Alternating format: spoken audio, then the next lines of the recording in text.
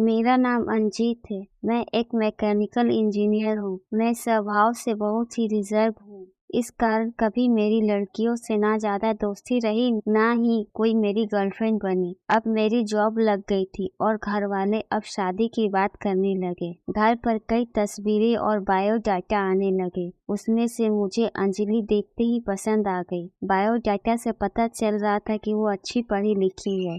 मैंने अपने घर वालों से कहा कि मुझे लड़की पसंद है। हम लोग अंजलि के घर उसे और उसके परिवार को देखने गए। फिर जब अंजलि चाय लेकर आई तो मुझे उसकी तस्वीर से भी ज्यादा सुंदर लगी। खुले बाल और हल्के नीले रंग की साड़ी में वो बहुत ही सुंदर लग रही थी। फिर घर वालों ने हमें एक कमरे में बातें करने भेजा। कमरे में वो चुप थी। उसके चेहरे पर इतनी खुशी नहीं थी। मेरा दिल धड़क रहा था। मुझे लगा कि उसे मैं पसंद नहीं हूँ। फिर मैंने ही बात शुरू करते हुए कहा कि आप क्या करती हैं। उसने मेरी तरफ घूम कर देखा और कहा कि आपने बायोडाटा देखा नहीं तो मंगाया क्यों था। उसकी बातें सुनकर मुझे लगा कि वो मुझमें कोई इंटरेस्ट नहीं दिखा रही है। फिर मैंने उससे डायरेक्टली पूछ लिया कि आपको मैं पसंद हूँ। वो बोली मेरी पसंद की बात नहीं है, आप खुद मुझे ना पसंद कर देंगे, मुझे पता है। उसने कहा अभी मैं आपको कुछ ऐसा दिखाने वाली हूँ कि आप वो देखते ही शादी के लिए मना कर देंगे।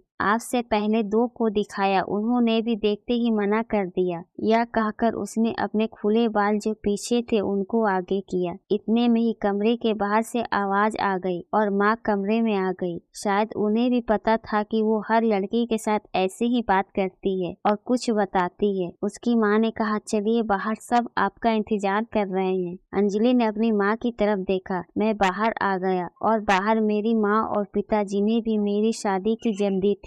वो मेरे मुंह से बस हाँ सुनना ही चाहते थे। मेरे आते ही मेरी माँ मुझे बाहर ले गई और पूछा कि क्या तुझे लड़की पसंद है। मैं मना नहीं कर पाया, लेकिन एक बात मुझे खटक रही थी कि आखिर वो क्या बताने वाली थी। उसकी मम्मी जिस तरह से जल्दी से कमरे में आई, मुझे बाहर ले गई। ऐसा लगा जैसे वो हमारी बातें ही सुन रही थी। मैंने शादी के लिए हाँ कर दी। मेरे घर वालों ने उन्हें हाँ में जवाब दे दिया, लेकिन अब मैं एक दुविधा में था कि मैं क्या करूं। मैंने उससे बात करना चाहा। मैंने उससे नंबर नहीं मांगा था। मैंने अपनी मम्मी को कहा कि आप बात करें और उसका नंबर ले लें। मम्मी ने अंजलि की मम्मी से फोन पर बात की और अंजलि का नंबर मांगा, लेकिन उन्होंने यह कहकर मना कर दिया कि अंजलि का फोन अभी खराब है। मम्मी यह भी कह रही थी कि वो लोग शादी के लिए जल्दी कर रहे हैं। इन सब बातों से मेरे मन में कुछ अजीब सवाल आने लगे। एक शाम जब मैं ऑफिस में था तब मुझे एक अननोन नंबर से कॉल आता है। फोन रिसीव किया तो अंजलि थी।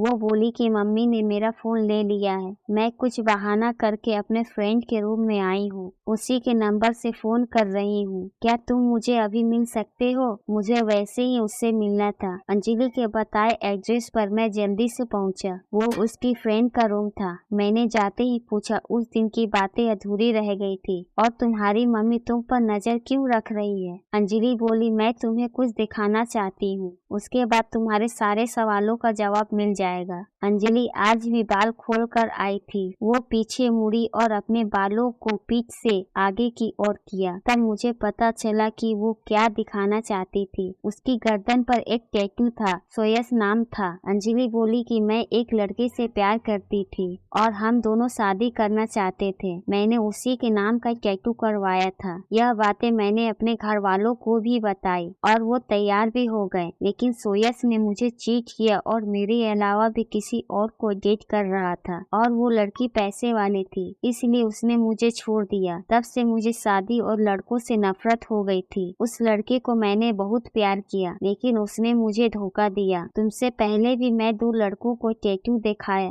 और उन्होंने सच जानकर शादी के लिए मना कर दिया। मम्मी इसलिए मुझ पर नजर रख रही है कि मैं तुम्हें कहीं सच न बता दूं, लेकिन मैं लड़कों की तरह नहीं हूँ। मैं नई जिंदगी शुरुआत सच के साथ करना चाहती हूँ। मैं सुनकर सोच में पड़ गया कि लड़की जिसको प्यार मिलता है उसे प्यार की कद्र नहीं होती। आखिर इतना प्यार करने वाली लड़की को कोई कैसे धोखा दे सकता है? मैंने कहा कि मुझे तुम्हारे पास्ट से कोई मतलब नहीं है, लेकिन मैं चाहता हूँ कि मुझे भी तुम उतना ही प्यार करो जितना उस लड़के को करती थी। अंजलि को यह उम्मीद नहीं थी। उसे लगा था कि मैं उसे शादी के लिए मना कर दूंगा। मेरी बातें सुनकर उसने इतने इतने दिनों से दबाए आंसू बहने लगे। मेरी शादी अंजलि से हो गई और मैं अपने आप को बहुत खुशकिस्मत मानता हूँ कि मुझे अंजलि जैसी सच्ची और प्यार करने वाली लाइफ पार्टनर मिली है। आपको यह कहानी कैसी लगी कमेंट कर हमें जरूर बताएं। वीडियो पे नए हो तो लाइक और सब्सक्राइब कर लें।